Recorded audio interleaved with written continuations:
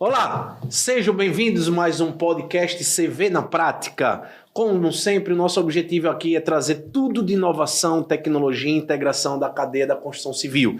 E lembramos que planejar, desenvolver isso é necessário e importante, mas a capacidade de execução é mais importante ainda. Não esqueçam de seguir nosso Instagram aí, né, @consultor de vendas ou @CVCRM, entrar no nosso site cvcrm.com.br e todas as terças, 18h18, temos um episódio novo. Lembrando, 1 de líder, 8 de infinito. Esse é o objetivo do CV na Prática, trazer transformação para o mercado imobiliário. E eu posso dizer, né, eu, Fábio, como CEO aqui do Construtor, estamos aqui no nosso escritório, aqui em Sergipe, que eu estou recebendo hoje um amigo. Né? Eu posso te chamar assim? Claro. Um cara amigo, Davi, que eu perguntei, Davi, o que é diretor comercial, Santa Maria, advogado, o que é tantas, é um cara multissetorial, um investidor nato em várias áreas, e eu tenho um prazer muito grande de receber os nossos estudos para contar um pouquinho da experiência dele e falar um pouco sobre a parte tecnológica prática aí na construção civil. Meu amigo, prazer, viu? Seja bem-vindo aqui ao CV, nosso CV na Prática, vamos bater um papo aí, mas primeiro, Davi, para todo mundo te conhecer, né? Aqui a gente transmite aí para todo o nosso país, para todos os nossos clientes, para todo mundo que é interessado e apaixonado pela construção civil. Me conte um pouquinho quem é o Davi, depois quem é a Santa Maria e vamos bater esse papo. Vamos lá. Primeiro, bom dia, né? E bom dia, boa tarde, boa noite, não sei que hora você vai assistir esse episódio aí. Obrigado pelo convite. Claro que você é um amigo, pô. Muito antes da gente ser parceiro de negócio e consumir e comprar coisas dos outros, a gente lá brincava junto, corria junto, né? Então, pô, a relação... Hoje ninguém corre mais, né? Estamos precisando correr, né? Tá bom. Estamos escondendo a barriga aqui, né? Mas a relação é muito anterior a qualquer coisa. E, graças a Deus, descambou no comercial, né? E é bacana você ter um parceiro desse que oferece grandes serviços e grandes plataformas e a gente tem uma proximidade muito boa de fazer a coisa funcionar até mais rápido, né? Mas beleza. Bom, vamos lá. Quem é Davi? Como você disse, formação, eu sou advogado, mas para encurtar muito a história, depois de um certo tempo, eu abandonei, assim, digamos, a advocacia, apesar que eu ainda tenho um escritório, mas hoje já estou licenciado ausente há muito tempo, e entrei no ramo da construção civil, né? E aí entrei na empresa da Gente Familiar, uma empresa de médio porte aqui em Sergipe, e a princípio eu entrei na Construtora Santa Maria, que faz o quê? É uma incorporadora de médio e alto padrão, né? Dentro do mercado da gente, temos uma marca já aí de 35 anos, reconhecida, possivelmente, acho que líder do segmento. E com o tempo, um pouco antes da pandemia, a gente vinha pensando que dentro dessa árvore de mercado imobiliário e construção civil, a gente dá uma diversificada. E aí a gente começou a pensar em implementar alguns projetos. Como você disse, né? Não basta sonhar, tem que fazer, né?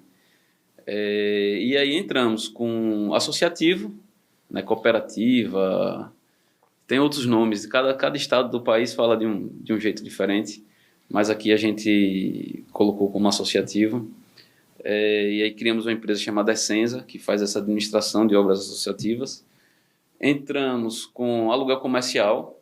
Agora, muito recentemente, 15 dias atrás, a gente inaugurou um primeiro mall da gente, né? Locação comercial.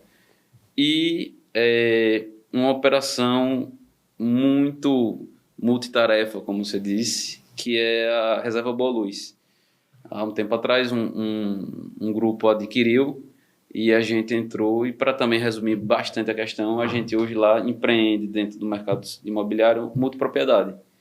Só que multipropriedade não é só construção e venda de pedacinhos de bangalôs e apartamentos. Tem uma operação de culinária, tem uma operação de hotelaria, tem uma operação de parque aquático, de manutenção de animais silvestres. Até zoológico. Tem um resquício de zoológico, né? E a gente está doando os animais para as instituições que tomam conta, santuário de elefante, santuário de hipopótamo, e por aí vai. E é uma operação super complexa que a gente está aí aprendendo a lidar no dia a dia. Então, em resumo, é isso. Eu sou, como diz o Rony lá da Reserva, um outsider. Por ser advogado, fui colocado nesse mundo e estou aprendendo e inovando. Porque como eu também venho de outros mercados, outras práticas e outras visões, isso é bacana, porque você consegue agregar um ponto de vista diferente, é uma coisa que Sim. funciona de forma extremamente tradicional e artesanal, que é a construção civil, né? É uma indústria ainda, no nosso país, eu acho que majoritariamente atrasada, né? E até antes de falar da própria Santa Maria, que você já explicou um pouco, você também é investidor, né? Algumas startups, algumas empresas de tecnologia, o próprio Explicae, aí queria que você falasse um pouquinho Isso, o essa Explicae, experiência de investir em outros negócios. o Explicae, como você disse, é uma startup de educação online, Um EdTech, né? é um EdTech. Ela tem um braço online e hoje a gente já tem um braço, digamos, físico, de verdade, que é o quê? Livro físico. Hoje a gente imprime bastante livro e entrega no Brasil todo.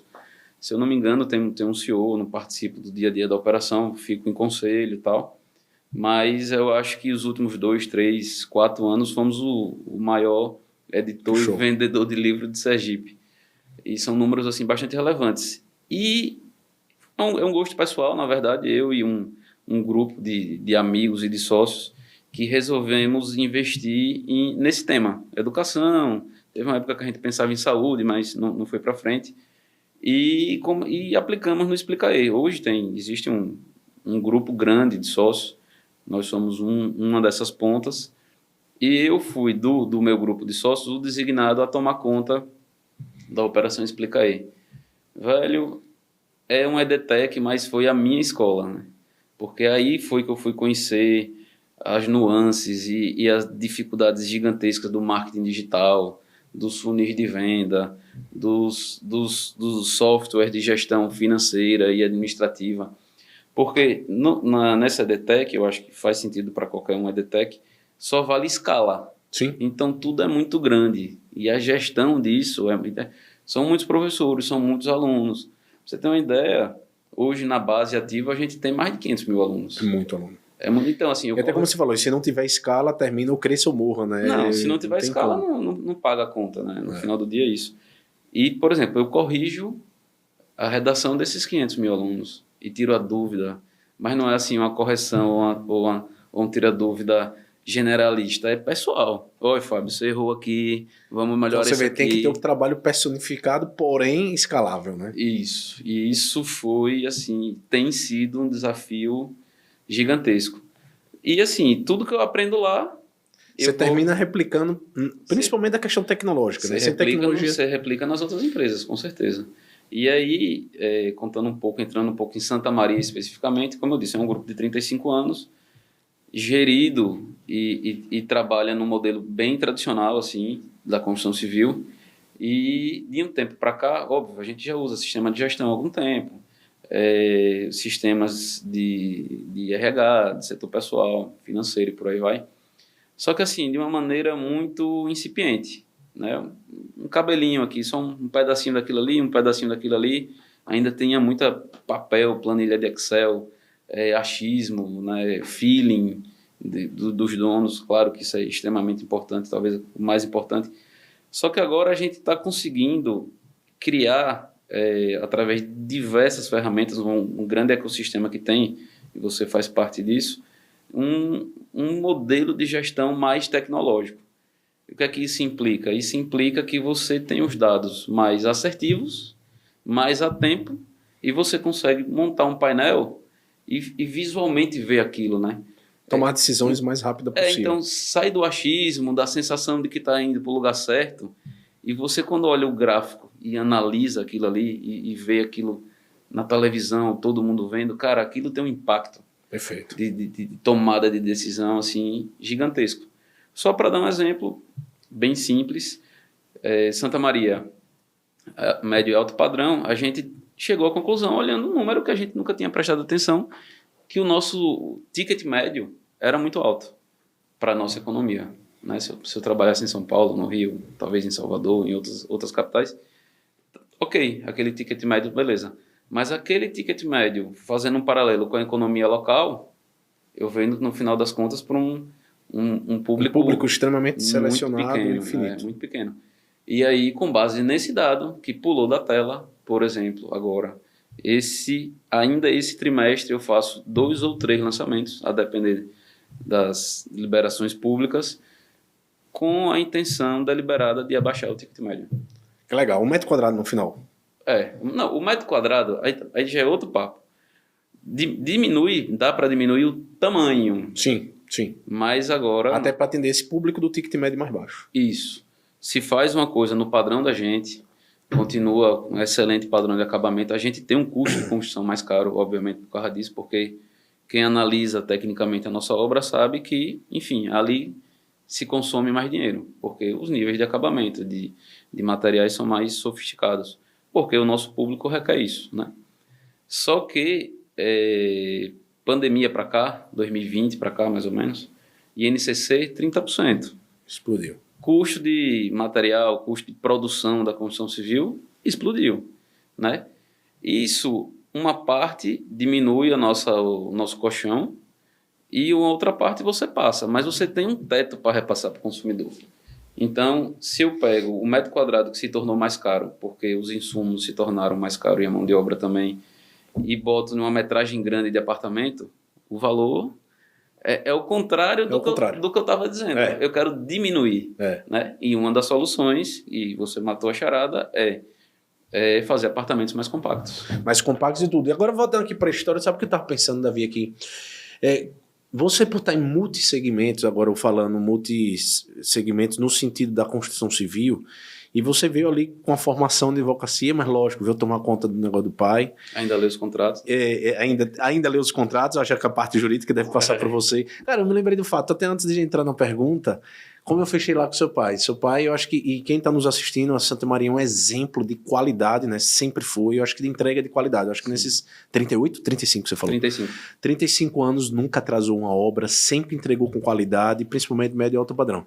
Agora eu te pergunto o seguinte, a gente tem muito incorporador, né? A gente tem incorporador espalhado pelo país inteiro, né? E muitos deles, eles ficam pensando e até refletindo, cara, eu saio do médio e alto padrão, eu vou para um multipropriedade, eu vou para locação. Então assim, primeiro, essa entrada sua e quais são os seus maiores desafios de gerenciar operações que são muito diferentes? São extremamente diferentes, é verdade. Até uma brincadeira, você estava me perguntando aqui, Davi, qual é o seu cargo hoje dentro das empresas Santa Maria? Rapaz, se quiser colocar sério, bota aí tapa-buraco. Bombeiro. Como eu disse num podcast que eu gravei com um amigo nosso, Bruno, bombeiro, cara. Eu apago os incêndios do dia. Então, pra você ter uma ideia, mês passado eu passei o mês quase todo trabalhando pro Laveni, que é o nosso mall, que é a locação comercial. Hoje, o que é que está acendendo o sinal amarelo do farol? É a Boa Luz, a reserva Boa Luz. Então, possivelmente, os próximos meses, eu vou dar mais atenção... Foco e energia nisso. A isso. Mas assim, cara, no final do dia, no final das contas, é gestão de pessoas, né? E aí eu tenho um problema particular meu, que cada empresa dessa, isso foi uma falta de planejamento nosso, nasceu sob a gestão de um sistema próprio, um sistema de gestão próprio. Sistema tecnológico ali, RP, financeiro, isso, totalmente apartado com operações. E financeiros e setor pessoal e etc. Então, por exemplo, Laveni roda um tipo, Essenza roda outro, Santa Maria roda outro e Boa Luz outros 2. Então, hoje eu lido com 5, 6 sistemas. Processos diferentes, informações diferentes. Customização diferente, né? Só que assim, desde esse ano para cá, a gente está meio que centralizando, digamos assim, a operação administrativa, comercial e marketing. E aí o meu pessoal, até alguns recém-contratados, você conhece demais, estão ficando loucos. Porque lida com um sistema X, um Y, um Z, um D, e como você disse, cada um fala a sua linguagem e tem o seu jeito próprio de lidar.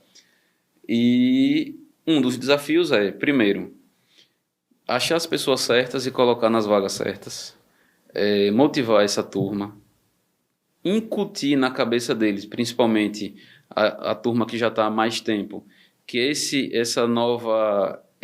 novo canal, esse novo uso da tecnologia é benéfica e veio para ficar, né? E o desafio que você sabe que eu estou tendo é centralizar isso em um único sistema, porque aí os APIs, né, ficam muito mais simples. Eu puxo dados, centralizo no meu painel, olho todo e vou delegando. Até porque, no final, as pessoas administrativas são bem comuns, né? Isso. Então, o cara está aqui resolvendo uma questão de contas a pagar e receber entra no sistema. A mesma pessoa entra em outro sistema. Isso. A parte financeira, a parte comercial entra em um sistema. Então, qual é a dificuldade prática gigantesca disso aí? Mas eu acho que, como você falou, assim, pegar as pessoas que têm a cabeça para dificuldade de mudança, eu acho que é um principal desafio aí, né? Você deve sofrer isso demais. Demais. Vamos dizer nós, todo, a empresa inteira, assim. A gente tem vários empresários que decidem contratar soluções tecnológicas que nem a nossa, mas as pessoas que estão abaixo, né, ali eu diria gestão, as partes dos líderes, muitas vezes, ou na operação, não, mas eu estou acostumado com o antigo. Isso. Estou acostumado com o formato antigo. Isso é uma dor diária na minha vida. Eu, por exemplo, agora na Essenza, que é o braço associativo, a gente está colocando até o sistema de vocês, é o Cienge, né, da Softplan, que não é, a princípio, o sistema que rodou a vida toda na Santa Maria. Até que o Cienge é mais novo, quando você fechou com meu pai, depois você conta essa história aí. Eu vou contar a história, né? Eu devia tá nas fraldas ainda. Não, você tem mais cabelo branco do que eu. É mais estresse, pô. Eu não tenho estresse nenhum, aqui é tranquilo demais, por isso a tecnologia é maravilhosa. Cara, vou dizer, esses cabelos brancos estão pipocando de um ano pra cá, viu? Antes não tinha não, realmente. E aí, por exemplo, a minha obra, as obras da Santa Maria, do braço de incorporação, sempre rodaram no sistema tal. E todo mundo está acostumado com esse sistema. O cabo de turma, o almoxarifado, os engenheiros da obra, etc. Aí agora, na Essenza, associativo, né? Esse modelo, esse sistema anterior não atendia bem. E aí a gente decidiu, possivelmente, o mais hoje tecnológico, mais moderno, mais ligado com o que está rolando no mundo, é um Cienge da vida, e a gente resolveu aplicar. Cara, você sabe, tem uns 3 meses que eu estou nesse processo de integração, de arrumação do financeiro, linkagem... Nota fiscal, integração com prefeitura. Nota fiscal, prefeitura. E assim, é um trabalho exaustivo e um trabalho de entrar na cabeça do colaborador e dizer que aquilo, por mais doloroso que seja aprender o processo, nem sempre é fácil, aquilo é melhor para a gente a longo prazo. E vai beneficiar o próprio. Vai, porque depois que pega o costume, que lida com aquilo, cara, primeiro se torna automático, né?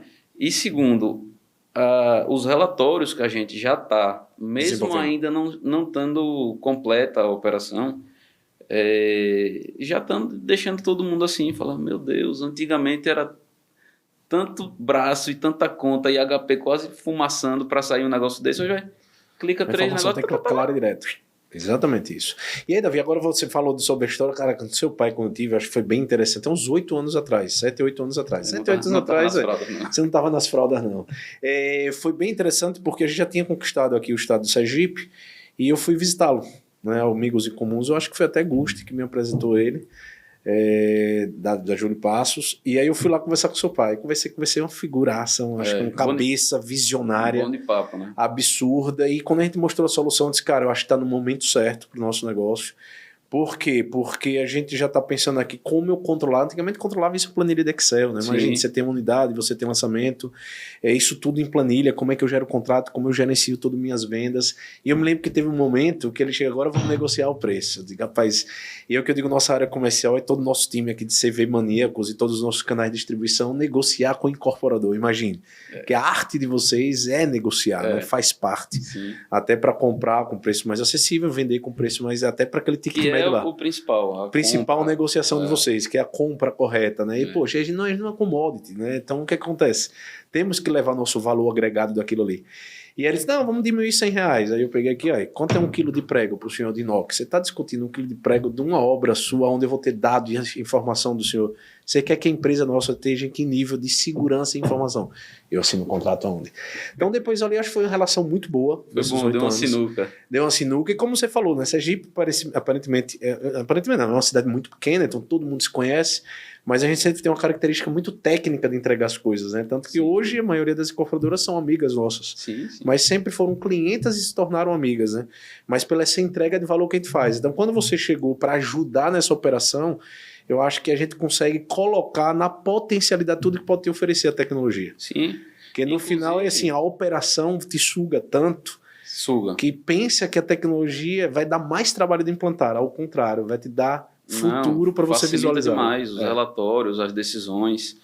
Mas é bom você ter falado nisso, que, por exemplo, o consultor de vendas, essa ferramenta maravilhosa, já roda na Santa Maria, como você disse, há 8 anos, nem eu sabia. Mas a gente usava parcialmente. É isso aí. Talvez as melhores características de operações do consultor de vendas a gente não usava. É isso. Né? E ninguém olhava isso, assim, nem sabia, de repente. Apesar de que vocês vão lá para prestar atenção, mas o pessoal ali no dia a dia, não, daqui a pouco eu olho, e não olhava. Agora, com essa cadeira, digamos assim, que eu me interessei e resolvi assumir de marketing e comercial, né, o marketing ele já tem uma linguagem tão própria e um jeito de funcionar tão próprio, dependendo dessas grandes ferramentas mundiais, Google e não sei o que, e Facebook, Instagram, metas e tal, que ele te obriga a você entrar no sistema dele ou você está fora do mundo. Né? É isso aí. Você está fora do marketing. Então, assim, é uma primeira porta, é uma janela. Bom, para funcionar o meu marketing, eu tenho que necessariamente entender e utilizar essas plataformas. Né? Aí você vai tal. Só que aí você cria o diamante da modernidade, né? Que é a coisa que eu mais escuto todo dia. Cadê o lead? Cadê o lead? Cadê o lead? Lead. Falei, puta que pariu, é lead. Quem está o do lead aí? Eu peguei até raiva, né? E o lead é capturado, digamos assim, no meio do marketing e ele tem que entrar para a sua empresa para ter um certo valor de alguma forma. E aí ele entra na parte de tecnologia comercial. Concorda? Sim. Aí entra os RDs da vida, os consultores de venda, as ferramentas todas de automação. Então, assim, você captura o lead no marketing, aquilo tem que ter algum valor para você dentro de uma ferramenta tecnológica comercial. E aí foi interessante que, assim, a gente começou, digamos assim, a se profissionalizar, começando pelo marketing, aquilo ali veio e contaminou o comercial, né? Aí aqui o comercial contaminou necessariamente uma parte grande do administrativo e do financeiro, porque dentro já faz e aquilo ali está se espalhando pela empresa, né? Até e culminar, que é o meu grande desejo, já se faz alguma coisa, mas tem que se fazer muito mais, que é o setor de compras e o setor de gestão de obra, né? Que é o nosso... levar essa transformação digital da inovação tecnológica. Isso, né? É isso. O caminho veio do marketing comercial, descendo para financeiro, administrativo, contabilidade e tal, e entrando agora no setor de engenharia, compras e na obra propriamente dita, gestão de obra. Que, cara, eu acho... eu ainda vou me enfronhar mais de obra especificamente, mas eu acho que ainda tem mais muita coisa para fazer. Tem desperdício, tem excesso de mão de obra talvez desqualificada e falta um outro assim. Então, assim, eu acho que... E vocês têm no ecossistema de vocês um monte dessas ferramentas, que eu até estava conversando com o seu comercial mais cedo, dizendo, cara, me mostra o que é que eu posso, né, gestão de resíduo, tem uma cacetada de coisa para fazer. E essa revolução, velho, como eu disse, veio para ficar. O pessoal, colaborador... Quem quiser ter futuro no ramo, empreendedor e etc., tem que estar atento, tem que utilizar. E tem que entender que, assim como você está vendo, esses R$100 do custo, cara, não é um custo. É isso aí. É um investimento que dá um retorno gigantesco. Até porque você fez um funil bem bacana aí, né? Você está dizendo o seguinte, na minha empresa lá no Santa Maria, eu estou transformando ela digitalmente, começando pelo lead, tá certo? Isso. Para entregar o valor aqui. O tal do lead. Cara, o lead é o início de uma venda. Né? Assim, é verdade, o tal do lead é esse complicado, mas, cara, muita gente diz assim, principalmente corretor imobiliário. Esse lead não presta. Não, esse lead não existe. Cara, o lead, não estou falando de corretor não, ao contrário, tem muitos corretores competentes, a maioria deles, claro, imobiliária, mas assim, o lead é um potencial comprador e aquele lead vale muito porque é um possível imóvel sendo vendido. Sim. E se você não mede, você gasta com o Google, você falou muito bem, gasta com suas ferramentas digitais, investe muito nisso. E hoje são taxas caras, velho. Então, mas lembra da página do jornal, quando era antigamente? Eu não peguei essa fase. Eu vendia software assim, quanto é sua página no jornal? R$10.000. Será assim você... E mais recentemente, quanto se gastou em televisão? Que é um investimento hoje em dia que tem se feito muito menos e dito, velho, a nova geração não consome televisão. Se você olhar proporcionalmente o faturamento versus investimento, tá igual como sempre foi, Davi. Sim. O que acontece é o seguinte, canal. só mudou o canal. E esse canal tem uma vantagem. Você conhece a persona do seu cliente, você consegue ir na ponta. Consegue. Você tem mais lead. Antigamente o lead era o quê? Porta em porta. É. Era você visitar. Então assim, mas muitas vezes a gente investe muito no digital ou na obra, mas se você gerencia isso de forma automatizada, você tem ganho em lucro. Sim. Se você fizer análise em lucratividade, aí você vê em ROI, tem vários indicadores aí, né? ROI, CAC, como custo de aquisição do cliente, e depois em obra, como você falou. Então, esse ganho de produto, por isso que esses R$100 não é que você está gastando. Não, você está deixando de fazer. Ele reverte bem. Você vê análise, assinatura eletrônica, você já faz hoje? Você permite isso? Faço. Tô rindo porque a gente já faz... Logo um advogado, isso que eu queria saber. Não, a gente faz, cara, mas eu vou dizer, tem uma parcela, principalmente do cliente Santa Maria, que não assina. Tem uma dificuldade da porra, não vou assinar, eu só quero assinar aí olhando pra cara de vocês. Falo, gente, pelo amor de Deus, inclusive hoje em dia é interessante, né? O mundo tá misturando demais, globalização, negócio de Enem, né? As pessoas hoje fazem o Enem e vão para onde a nota dele encaixa. Então o Brasil está misturando. Então hoje... Isso é bom, né? É excelente. Não é nenhuma reclamação, mas hoje eu tenho muito cliente gringo, eu tenho cliente estrangeiro e tenho muito cliente de fora do estado. E compra onde ele tiver. Compra onde ele tiver e, óbvio, aí essas ferramentas de assinatura à distância funcionam maravilhosamente. Mas mesmo assim um ou outro fala, pega um avião, vem, quero assinar aqui. Mas é uma questão de cultura. Não, mas é uma questão de cultura. Temporal. Né? Eu acho que daqui a pouco... Não, e pode ser que ele faça a mesma coisa. Ele assine eletronicamente, mas na sua frente. Isso. Aí é uma questão cultural pessoal. Mas você vê que é interessante porque você pega média alto padrão. Quando você pega alto padrão. Quando você vai para Casa Verde e Amarela, diziam ao contrário, que poder aquisitivo menor não ia entender, não ia fazer isso. Aí que usam bastante. Porque a compra é uma facilidade. Hoje, Isso. com certificados digitais e essas plataformas de assinatura, onde você estiver, você é um cara que viaja muito, vive por aí, rodando, fazendo seus roadshows aí, você tem que assinar uma catatal de documentos da sua empresa por dia, não tem? Toda hora. Eu tenho também. Toda hora, tudo online. Mas em qualquer lugar que eu esteja do mundo, Davi, precisando de sua assinatura, pego o meu token, é assim. São as coisas positivas que a pandemia poderia deixar pra gente, né? Isso. A inovação aí de um ano, mais de 5 anos evoluindo. Por quê, Davi? Porque assim, a gente tinha uma necessidade, a maioria dos incorporadores queriam conhecer quem era a nossa empresa, quem era a nossa tecnologia, a gente tinha que sentar pessoalmente. Quando eu fechei com você por lá atrás, foi pessoalmente. Eles viram que a live funciona, que o call funciona. Quantas reuniões você faz online? Cara, eu faço muitas. Principalmente por causa do Explica aí, eu faço reunião semanalmente com o pessoal do Canadá. Então, imagine isso sem essa cultura, sem essa disponibilidade de tecnologia. Como a gente estava até falando aqui no bastidor mais cedo, esse lado online facilita demais. Produtividade. E em certos momentos, como a construção de cultura, o engajamento de time, etc., às vezes o contatinho físico... Aí vai pro híbrido. Faz o híbrido, claro. 2 ou 3. Isso aqui que nós estamos aqui, né? A gente tem alguns podcasts que são online, mas outros físicos. Não tem como trocar essa... Mas eu acho que o híbrido é uma coisa que veio para ficar. Veio. Porque você consegue, sim, trabalhar onde estiver, você consegue ter um tempo mais com sua família, como também, como você falou, a tendência agora, a moradia também mudou, né? As necessidades do comprador de imóvel mudou. Podemos entrar nesse tema, verdade. E aí eu te pergunto, nesse tema, quero entrar nessa necessidade de morador e também lançamentos, quais são as previsões? Você falou no início que está previsão para 2 ou 3, mas a gente está sentindo os indicadores da própria Sebic aí, o Brasil continuará crescendo esse ano, mas o estoque está diminuindo muito. Tá. E a construção civil tem puxado isso, o que você está sentindo aqui na sua região e sentindo na Santa Maria? Vamos lá, falando um pouco assim macro. PIB, né? Em relação ao PIB, o setor de construção civil, aí ano 2000 mais ou menos, vinha aí, a gente tinha uma parcela, uma fatia maior, 7%, 8% do PIB. Isso vem caindo. Hoje a gente tem o 3 ponto bolinha, 3.2, 3.3. Isso é um dado até, velho, que eu fico assim assustado. Por quê? Então você pega, a participação da construção civil nos últimos anos diminuiu mais da metade. Ou seja, sai de 7% do PIB para 3%. Né? Em contrapartida,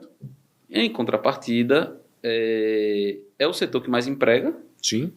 Eu acho que tem aí... Serviço é disparado, mas ok. Mas de uma... Mas diretamente na construção civil são 7, 8 milhões de um total de 100 milhões de pessoas economicamente, o que chamam tecnicamente de ocupados, né? Você vê o PIB aqui 3 ou 4 e eu estou aqui quase o dobro aqui, na representação do emprego. Investimento. Esse é um dado que eu peguei também na CBIC um dia desse. O investimento no país, né, aportar dinheiro para investir em alguma coisa, construção civil representa 50% do investimento. 50%. Falei, gente, mas como assim? 50%. E, em contrapartida, preço de custo subindo para caramba. A indústria vem tomando pau, cacete, pesadamente de 2014 para cá. Né? Então, assim, a participação, o setor da construção civil vem diminuindo de 2014 para cá. 2019 ele deu um sustozinho para cima, subiu uns 2%, aí veio a pandemia. Desastre, 6%. Aí, quando começou a recuperar? Ano passado, 2021. Vem puxando a economia. Então, o PIB esse ano eu acho que está crescendo 4,5%, uma coisa assim, a projeção. A gente vem crescendo há 2 anos 10%. É isso aí. Né? Para as verdades, nos últimos, tem um dado da CBIC, né? Foram os únicos 6 trimestres consecutivos de crescimento da construção civil, que nunca aconteceu isso na história. Então, assim, construção civil tem crescido, a pandemia causou um delay nos lançamentos, ninguém protocolou o lançamento, o interesse de incorporar e etc.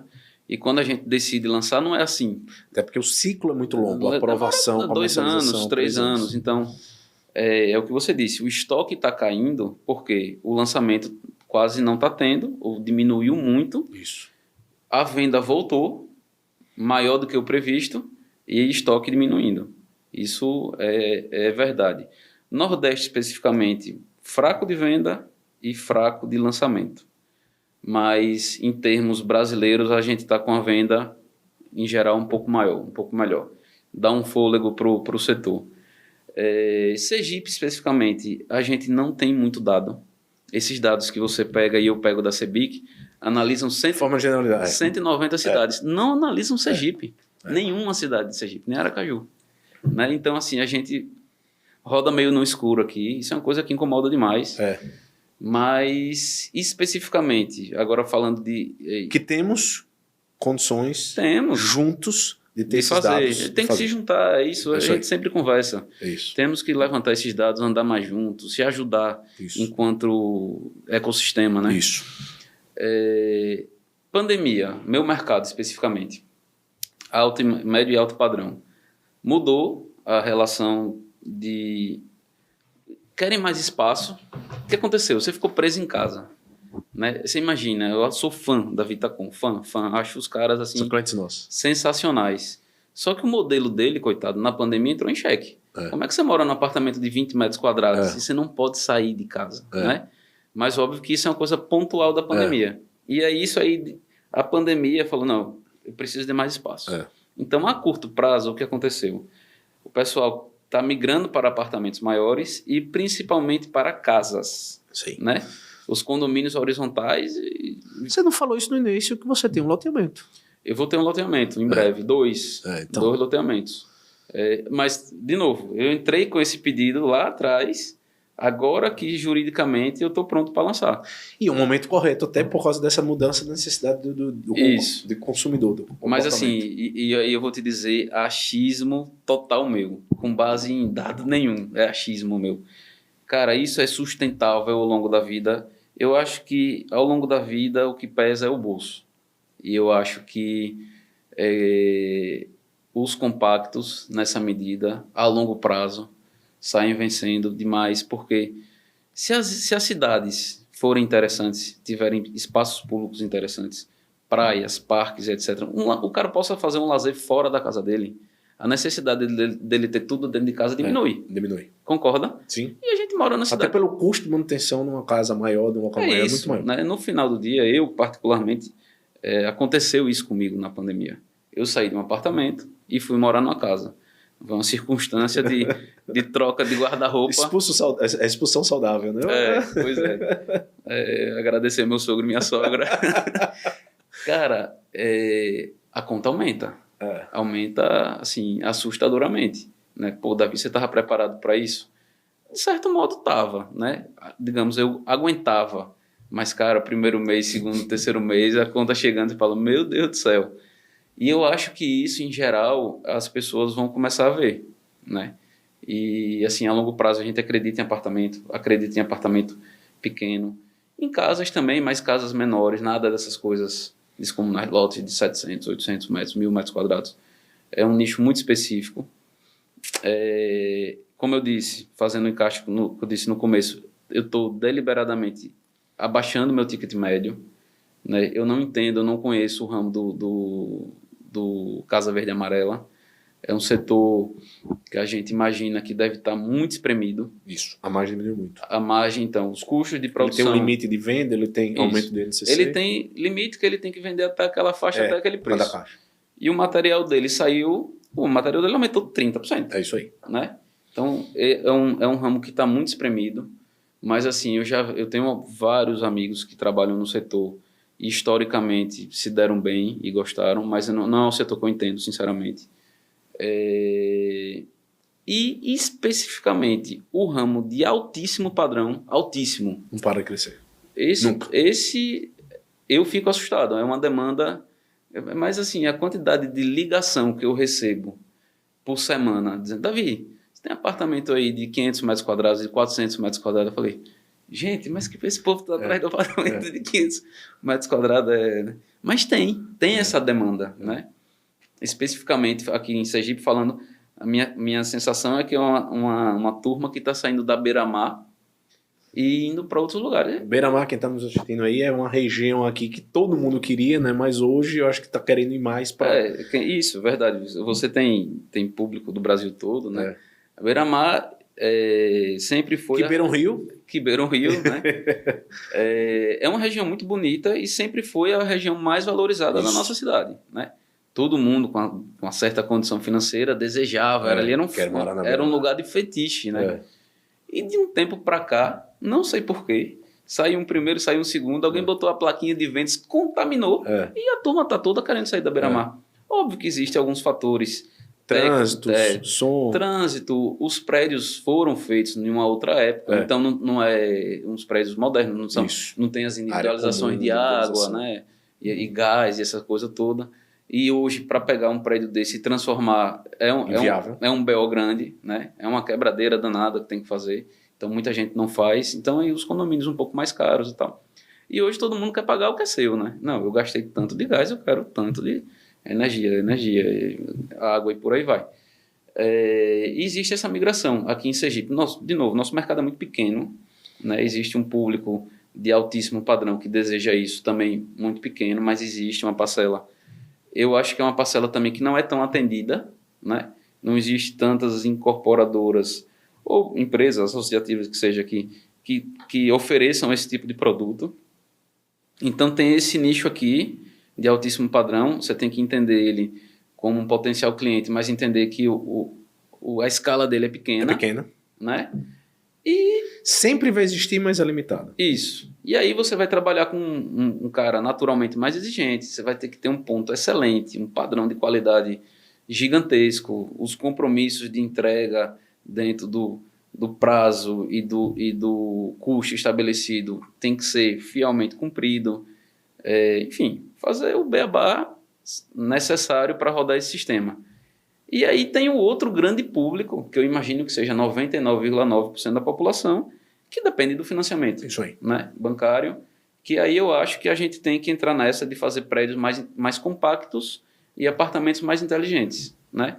Que o cara consiga se resolver ali, faça uma área comum interessante. Hoje, por exemplo, a gente já tem, nos últimos 2 ou 3 projetos da gente, a gente tem coolbox, que esse pessoal recebe muito comida de fora. Em São Paulo, a maioria dos prédios já tem, que realmente essa cultura demorou aqui. E ele está trabalhando, mas... né? E ele não vai chegar em casa porque a comida congelada chegou na portaria. É isso aí. Então já tem um coolbox para armazenar, já tem lugar para aquelas máquinas, as vending machines, para o cara ir lá pegar um uma cerveja, uma coca, um refrigerante, um sanduíche natural e por aí vai. Já tem uma sala que a gente denominou de espaço multitarefa. Multitarefa. Multiuso, né? Multiuso. Que é o quê? O cara mora lá, né? E faz muito trabalho híbrido hoje em dia, né? Então o cara está trabalhando de casa, mas de repente precisa atender uma pessoa. Desce, fala com alguém, atende. Ou atende na sala do condomínio. É isso aí. Né? A molecada vai jogar um videogame também lá nessa sala, além que tem a brinquedoteca e tal. Então, assim, a gente tem feito espaços mais bem pensados para o uso comum e tentado um pouco diminuir a metragem porque reflete no preço final. Aí você vê, né, como muda a necessidade do consumidor, né?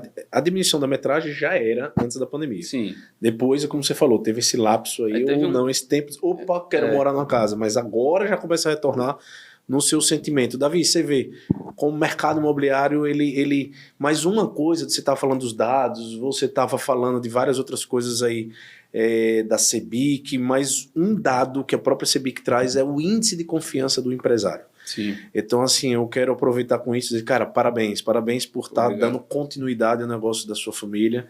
Parabéns por acreditar, porque, assim, diminuímos a representação no PIB, mas estamos aumentando. Isso. E eu acho que, assim, diminuímos nos últimos tantos anos, mas agora estamos na guinada para cima. Estamos na guinada para cima. Eu acho que essa junção, tecnologia, indústria, integração da cadeia, vem com um único objetivo, cara, socializar a moradia e principalmente gerar empregos. Eu acho que isso é necessário e esse é o nosso objetivo, assim, de integrar a cadeia. Então, se eu trago tecnologia, eu trago novas soluções, vai te ajudar a ter mais rentabilidade, que aí você vai investir mais obra, vai gerar mais obra, mas a gente tem que fazer várias reformas estruturantes, que a CEBIC está levando esse tema bem legal e eu acho que todo mundo tem que se envolver mesmo, que eu acho que é fundamental. Poxa, Davi, já indo pro finalmente aqui, se deixasse a gente passar o dia inteiro falando, eu queria contar algumas histórias aqui, alguns causos, mas já tá aqui a galera, vamos, Davi. Cara, foi um prazer e grande, pode contar com o seu amigo para o que precisar. Obrigado, e deixar só uma mensagem final aí para ir para a conclusão. Velho, mensagem final ainda dentro do ramo imobiliário tem muito o que fazer. Coragem, velho, arregaçar a manga e pegando o seu mote aí, fazer. Prestar atenção na tecnologia e nunca deixar de tomar conta do seu pessoal. Isso é o que move toda e qualquer empresa, e dentro da construção civil é uma realidade gigantesca, que é o setor que mais emprega, né? 3 pilares fundamentais, né? As pessoas, tecnologia e os processos, mas com fazendo no final a execução e fazer acontecer.